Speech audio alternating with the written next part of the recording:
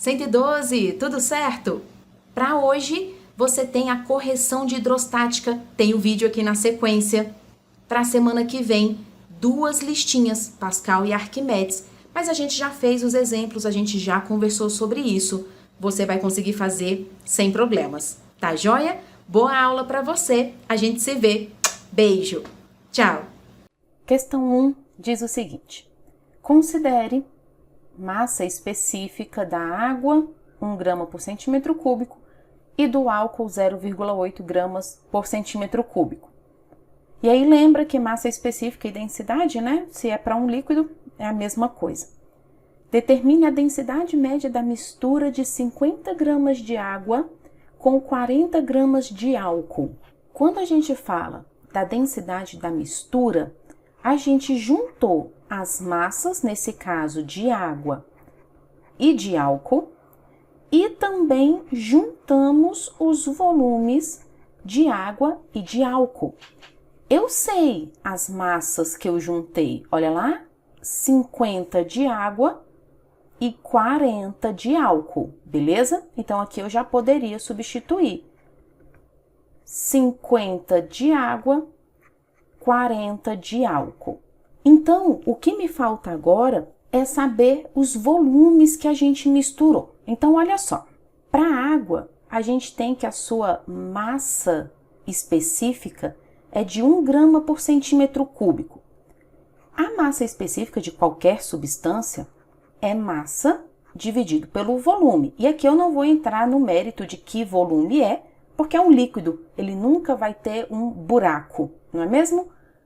Então, vamos lá, para a água vai ficar massa específica 1, massa de água 50 gramas, e está na mesma unidade de medida, o volume de água que a gente não sabe. Então, mudei de lado aí, ó, o 1 veio dividindo, deu 50 centímetros cúbicos. Já vou substituir aqui, mas precisamos ver agora qual foi o volume de álcool. Vou usar a mesma relação.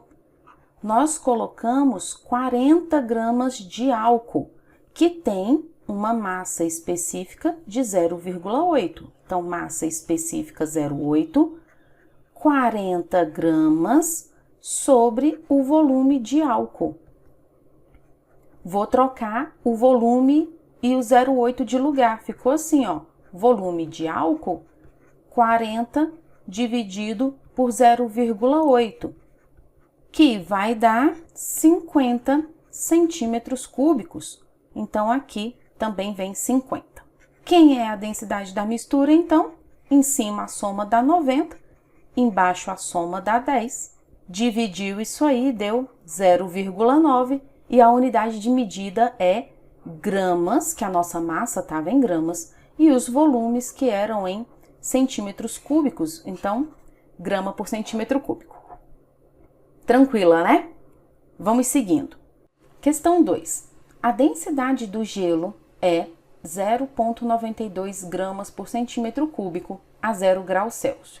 Nessa mesma temperatura, a água líquida tem densidade de 1 grama por centímetro cúbico.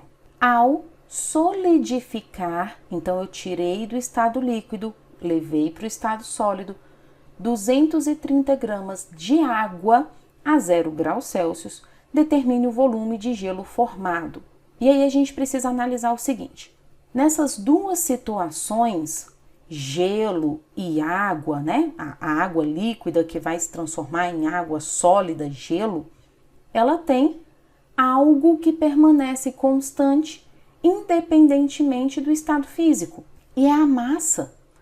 A massa, ela continua sendo de 230 gramas. Você colocou lá no recipiente, colocou na geladeira e não colocou mais água, nem tirou água. Então, a massa é a mesma, beleza?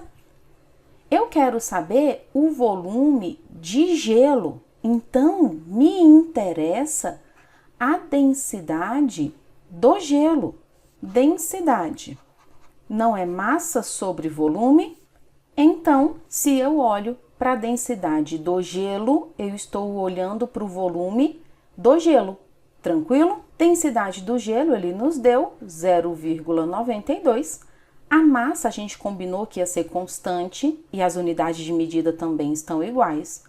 230 dividido pelo volume de gelo. Mudei o volume de gelo e o 0,92 de lado.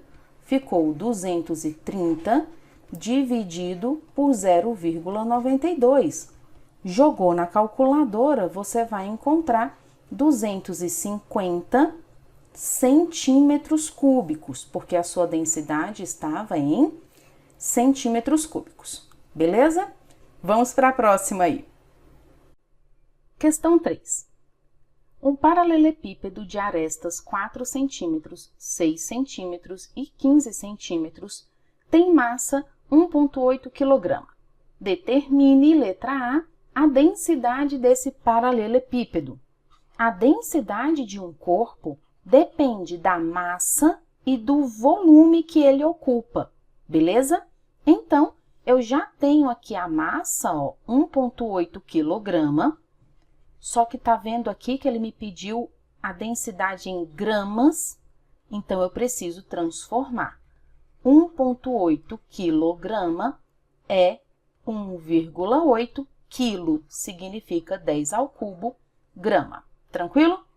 Então, ficou assim, 1,8 vezes 10 ao cubo, dividido pelo volume, que aí eu preciso conhecer. De um paralelepípedo, é só você multiplicar todas as medidas, não é? Então, o volume vai ser, inclusive, já olha aqui, em centímetros cúbicos, então não preciso transformar nenhuma medida. 4 vezes 6 vezes 15. O volume dele, então, deu 360 centímetros cúbicos. Manda aqui no lugar do volume. A sua densidade deu, então, 1,8 dividido por 360, 0,005, e temos o 10 ao cubo multiplicando. Multiplicar por 10 ao cubo, anda 3 casas para a direita. A densidade desse corpo, então, é de 5 gramas por centímetro cúbico. Beleza, né? Letra B. A massa em grama de um paralelepípedo de alumínio, agora ele está me dizendo qual é o material que tem essa massa específica aí, 2,7 gramas por centímetro cúbico, de mesmo volume. Então, vamos lá. Olha lá, o volume continua sendo 360 centímetros cúbicos. Agora, nós temos massa específica.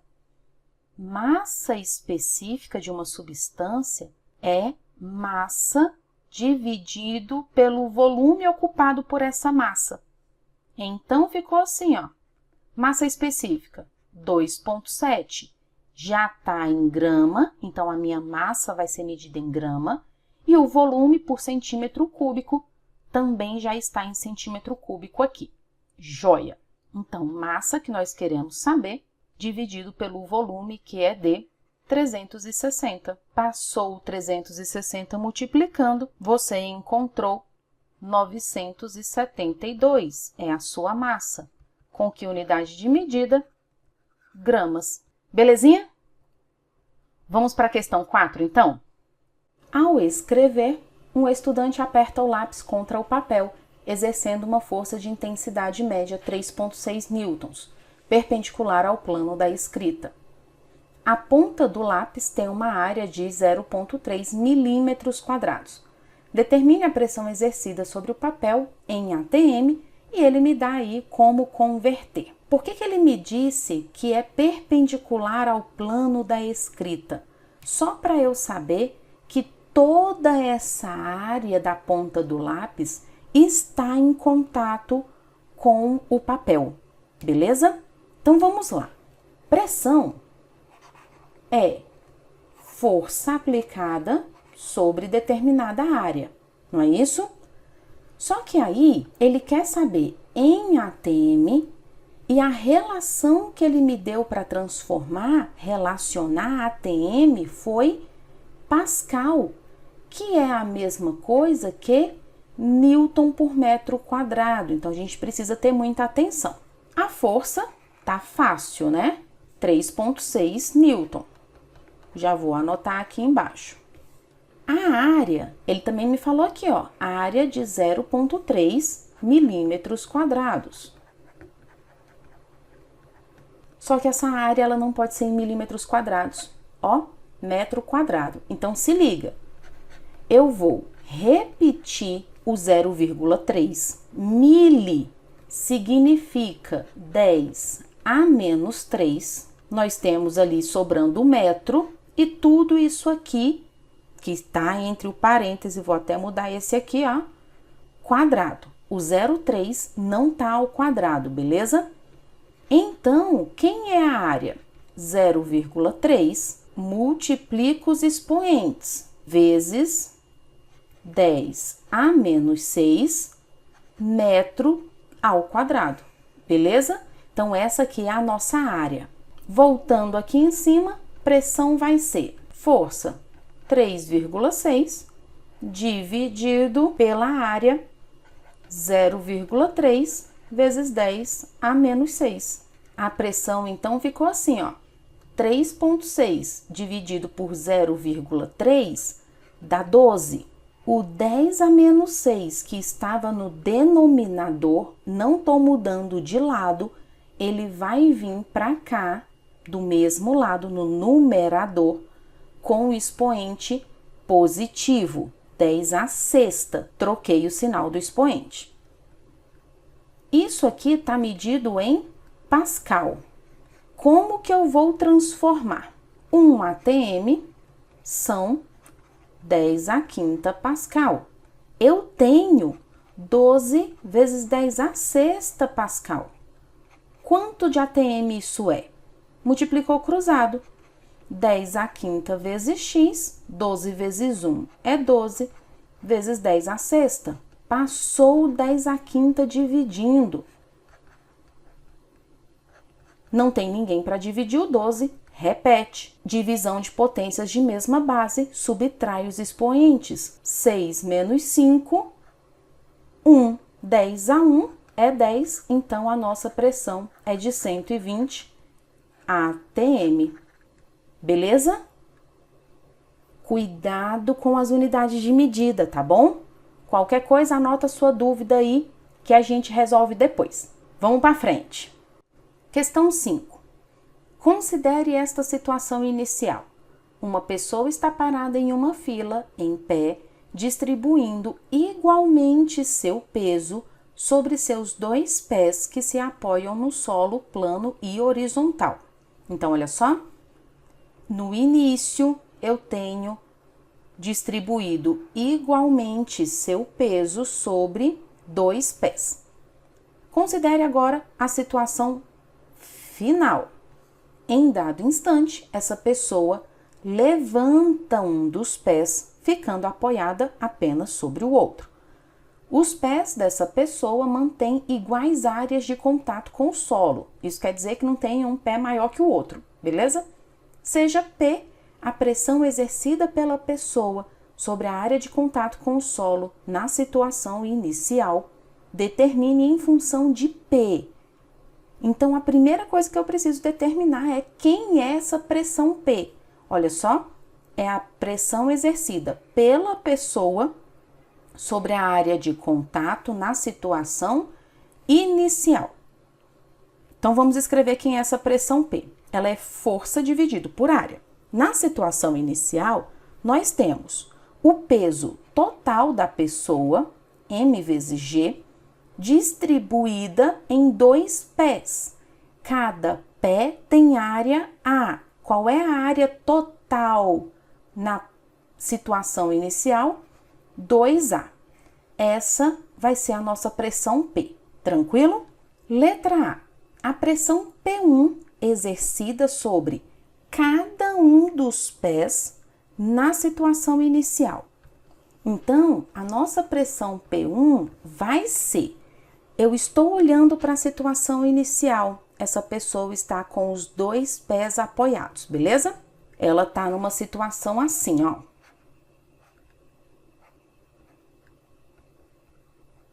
E ela está bolada por estar na fila. beleza? Cada pé na situação inicial tem área A, beleza? Eu estou olhando a pressão sobre cada um dos pés. Então, eu vou olhar em um pé só. Que força é aplicada em um dos pés?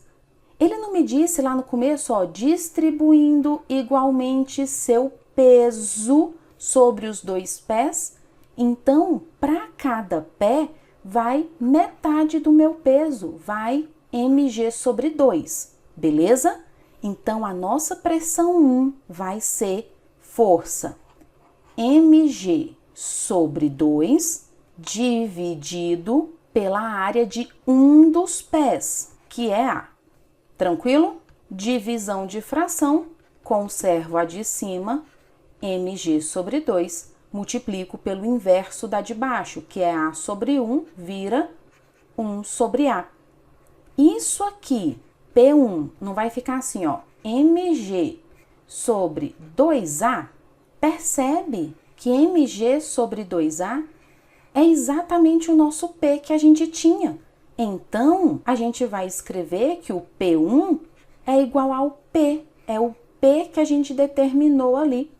E por isso, eu consigo determinar em função de P. Não é um número, mas é uma função, depende daquela pressão P.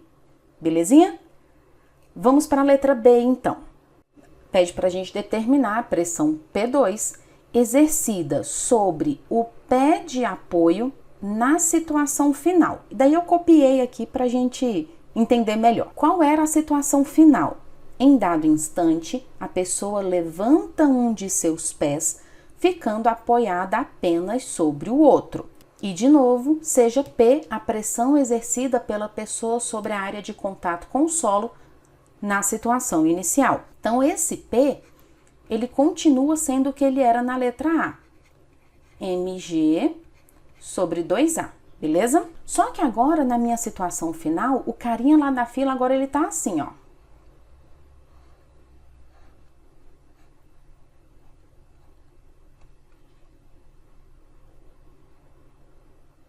Então, olha só, agora eu tenho uma área de contato, uma área A e todo o peso da pessoa está apoiado nessa área. Então, a força aqui é M vezes G.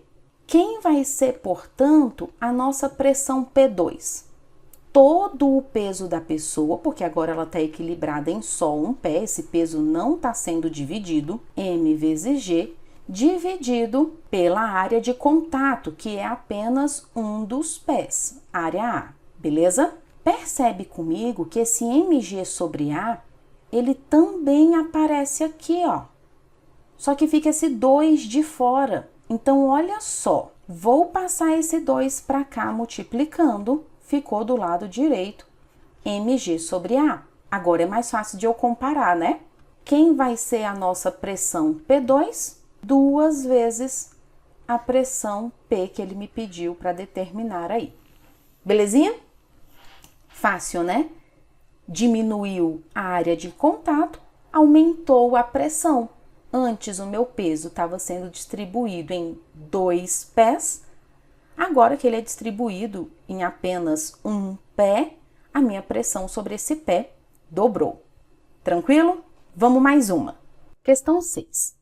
Um pequeno frasco de conserva tem uma tampa vedante de 80 centímetros quadrados de área. A pressão atmosférica no local é de 1 atm. Se foi necessária uma força de 480 newtons para abrir a tampa, podemos afirmar que a pressão do ar interno, imediatamente antes de abri-la, era igual a... Lembra que a gente já comentou um negócio parecido com isso, que era a porta de uma geladeira. A força que você precisa exercer sobre a porta da geladeira, sobre a tampa do frasco, é a diferença entre a força externa e a força interna. Lembra que quem mantém a porta da geladeira fechada é a pressão atmosférica, não é? Então, quanto maior a pressão lá dentro, mais fácil é de abrir, beleza? Por isso que quando a gente compra esse tipo de frasco, vem aquela tampinha de silicone que você tira e ali tem um buraquinho. Para quê? Para entrar ar e aumentar a pressão lá dentro. Tentar igualar com a pressão de fora e ser fácil de abrir essa tampa, beleza? Então, vamos pensar assim. Eu tenho um frasco que tem aqui uma tampa. Eu tenho uma pressão interna que empurra essa tampa para fora. Eu vou chamar de PI. Eu tenho uma pressão externa, que eu vou chamar de PE, que é a pressão atmosférica, que empurra essa tampa para baixo. E eu vou fazer uma força para cima para abrir essa tampa. Belezinha? Uma força aplicada numa área é pressão. Então, eu vou analisar o seguinte. Essa força que eu vou aplicar, F, ela vai ser aplicada sobre uma área A, beleza? Porque daí eu converso todas as pressões. Eu também exerço uma pressão nessa tampa. Tranquilo? E aí, segundo a lei de Newton, né? Tudo que está para cima igual a tudo que está para baixo, pelo menos, não é? Então, vai ficar assim. Quem eu tenho para cima? A pressão que eu exerço, F sobre A. Quem mais eu tenho para cima? A pressão interna. Quem eu tenho para baixo? A pressão externa, que é a pressão atmosférica. Beleza? A força que eu realizei foi de 480 newtons. Em uma área de 80 centímetros quadrados, preciso transformar. Precisa ser em newtons por metro quadrado a pressão, beleza? Então, de novo, ó, 80 é o número, centi vale 10 a menos 2, sobrou o metro, e essa galera aqui, menos o 80, está ao quadrado. Então, a nossa área é de 80 vezes 10 a menos 4 metros quadrados. Vou substituir aqui 80 vezes 10 a menos 4, mais a pressão interna, que é o que a gente quer saber, e a pressão externa, que é de 1 atm, 10 a quinta newtons por metro quadrado. O nosso primeiro termo aqui, 480 dividido por 80 é 6. O 10 a menos 4 que está embaixo, ele vai vir para cima com o expoente positivo, mais pressão interna é igual a 10 à quinta.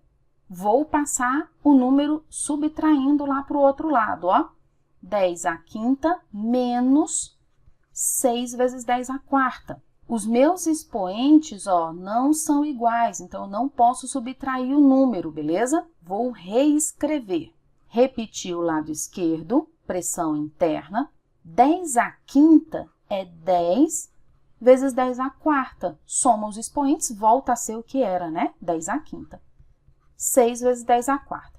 Agora que os meus expoentes são iguais, eu posso subtrair os números. 10 menos 6, 4. Repito a minha potência. Isso aqui está medido em newtons por metro quadrado.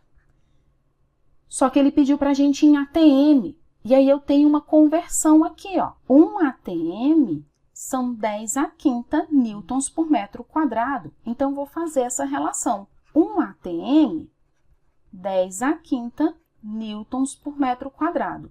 Eu tenho 4 vezes 10 à quarta newtons por metro quadrado. Quantos ATM são? Multipliquei cruzado. 10 à quinta x é igual a 4 vezes 10 à quarta. Passei o 10 à quinta dividindo. O 4 não tem ninguém para dividir, é 4. Subtrai os expoentes. 4 menos 5 menos 1 é 0,4 ATM. Alternativa C. A interpretação dessa era um pouco diferente, né? Mas sempre que for essa questão de frasco, de geladeira, é nessa linha de raciocínio. Tranquilo? Vamos seguindo. Questão 7. Na figura a seguir, os recipientes 1 e 2 têm áreas A1, 0,4 metro quadrado, não preciso transformar, ótimo, e A2, 0,3 metro quadrado nos respectivos fundos. O recipiente 1 contém um líquido A de densidade DA 600 kg por metro cúbico, já está no SI, excelente. E o recipiente 2 contém um líquido B de densidade DB 800 kg por metro cúbico e ambos estão até uma altura de 50 centímetros. Considerando a aceleração da gravidade 10 metros por segundo ao quadrado, determine, letra A, as pressões P1 e P2 exercidas pelos líquidos nos fundos dos recipientes. Então, olha só, eu só estou olhando a pressão devido ao líquido, tá? Então, isso é lei de Stevens, teorema de Stevens. A pressão devido a um líquido depende da densidade do líquido, da gravidade no local e da altura da coluna de líquido, beleza? Então, para o líquido A pressão que atua no recipiente 1 vai ser densidade do líquido A, gravidade no local, altura da coluna de líquido, que é a mesma para os dois, não vou diferenciar. Então, ficou assim, ó, densidade 600, gravidade 10, altura da coluna de líquido 50 centímetros. Precisa passar para metro, é só dividir por 100, 0,5 metro. Multiplicou todo mundo aí, você vai achar 3.000 newtons por metro quadrado ou pascal. Tranquilo? Para o líquido B, nós vamos ter uma pressão P2 de densidade do líquido B, aceleração da gravidade, altura da coluna de líquido, que é a mesma. Densidade do líquido B é de 800. Aceleração da gravidade 10, altura da coluna 0,5.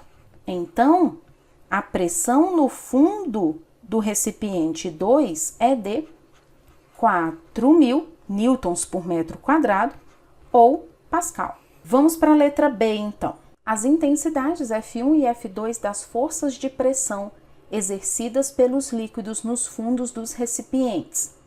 E aí aqui eu copiei os dados. Por quê? Qual é a definição de pressão? Pressão não é força aplicada em uma certa área dividido pela área? Então, se eu quero saber a força, eu posso passar a área multiplicando, beleza? Para o líquido 1 vai ser força 1 vai ser pressão P1 vezes o valor da área 1. Então, vai ficar assim, ó. Pressão P1, a gente calculou 3.000. Área 1, a gente tem aqui, ó, 0,4 e já está no SI. A gente multiplicou isso aí, deu 1.200 newtons. Tranquilo? Para o recipiente 2, a força F2 vai ser pressão 2 vezes a área 2. A pressão, a gente encontrou 4.000, a área 2, 0,3. Multiplicou isso aí, deu 1.200. Opa, peraí. Eu tinha pressões diferentes e eu tenho forças iguais? Sim, pode ser, tá? Nesse caso aqui é coincidência. A força depende da pressão que você aplica em determinada área. Então, apesar da pressão 1 ser maior que a pressão 2, mas a 1 era aplicada numa área maior do que na 2, beleza? Então, acaba que as forças aí são iguais, porque pressão e área variaram na mesma proporção. A força aumentou, mas a área diminuiu na mesma proporção, a força é a mesma. Beleza? Seguimos. Questão 8. Um balão contendo ar está conectado a um barômetro em forma de tubo em U, contendo mercúrio. Isso é muito importante, tá? Se a pressão atmosférica no local vale 690 milímetros de mercúrio, determine a pressão do ar interno ao balão. Ele já me deu aí uma linha tracejada e isso me facilita porque me orienta a usar o teorema de Stevens. Se eu estou numa mesma linha horizontal de um mesmo fluido, eu estou numa região isobárica. Então, eu vou chamar aqui de lado A, aqui de lado B. Eu já sei que a pressão do lado A é a mesma pressão do lado B. Tranquilo? Quem é a pressão no ponto A? É só a pressão do ar. Não tem coluna de líquido acima e também não é aberto, é só a pressão do ar, beleza? Quem é a pressão do lado B? Tá aberto, ó. Eu tenho então uma pressão atmosférica, mas também tenho uma coluna de líquido. Eu tenho 10 centímetros, e aí aqui, ó, tá em milímetros, já vou transformar. São 100 milímetros de mercúrio. Então, são 100 milímetros Hg de pressão, beleza? Devido ao líquido mercúrio. Então, eu vou somar aqui 100 unidades de pressão, beleza? Eu quero saber quem é a pressão do ar. A pressão atmosférica ele me deu aqui, 690, tá na mesma unidade de medida ali dos 100. Então, a pressão do ar é de 790 milímetros de mercúrio. Essa era fácil, não é? Vamos para a última? Ela é moleza também. Vamos lá. Questão 9 para a gente finalizar. Um manômetro de mercúrio, então já vou sublinhar aqui, é utilizado para medir a pressão P do gás contido em um balão, como mostra a figura. Sobrou um A aí. No local, a pressão atmosférica vale, já vou grifar também, 0,95 atm. Considerando um atm igual a 760 milímetros de mercúrio, o valor de P, que é a pressão do gás, será igual a... Então, se liga, como o meu líquido dentro desse tubo é mercúrio, então eu já vou olhar as pressões medidas em milímetros de mercúrio, como ele me sugeriu aí. Então, olha só, 1 atm são 760 milímetros de mercúrio. A pressão atmosférica vale 0,95 atm. Quantos milímetros de mercúrio corresponde? Multipliquei cruzado, 760 vezes 0,95 deu 722 milímetros de mercúrio. Essa é a nossa pressão atmosférica. Eu vou aplicar o teorema de Stevens, mas eu não vou usar essas referências de altura que ele me deu só para facilitar. Eu vou traçar aqui uma linha horizontal, uma região isobárica, na superfície do mercúrio aí do lado esquerdo. Vou chamar esse ponto de A e aqui do lado direito de B. Ele me diz, o Stevens me garante que a pressão no ponto A é a mesma pressão no ponto B. Quem nós temos de pressão no ponto A? Só a pressão do gás. Eu não tenho líquido, não está aberto desse lado acima do ponto A. Então, é só a pressão do gás, beleza? No ponto B, nós temos esse tubo aberto. Então, nós temos pressão atmosférica. E temos também, ó, uma altura da coluna de líquido. Então, olha só, 17 centímetros era aqui do topo do líquido até a base do tubo. Eu não estou olhando até a base do tubo. Esse pedacinho aqui, ó, vale 2 centímetros. Então, qual é a altura da coluna de líquido que eu estou olhando? 17 menos 2, 15 centímetros. Como a minha pressão atmosférica está em milímetros, eu vou transformar 15 centímetros em milímetros. 150 milímetros. Isso é a altura, beleza? Só que isso é a altura de uma coluna de mercúrio. Então, qual é a pressão devido à coluna de líquido? 150, e vou colocar aqui a unidade de medida para você não esquecer, mmHg, a mesma da pressão atmosférica. Beleza? A pressão do gás, então, vai ser 872 milímetros de mercúrio, que inclusive é a mesma unidade de medida aqui das nossas opções, das nossas alternativas. Letra C. Moleza, né? Joia! Anota suas dúvidas, que semana que vem a gente conversa juntos, tá bom? Bom fim de semana para você, descansa, beijo, tchau!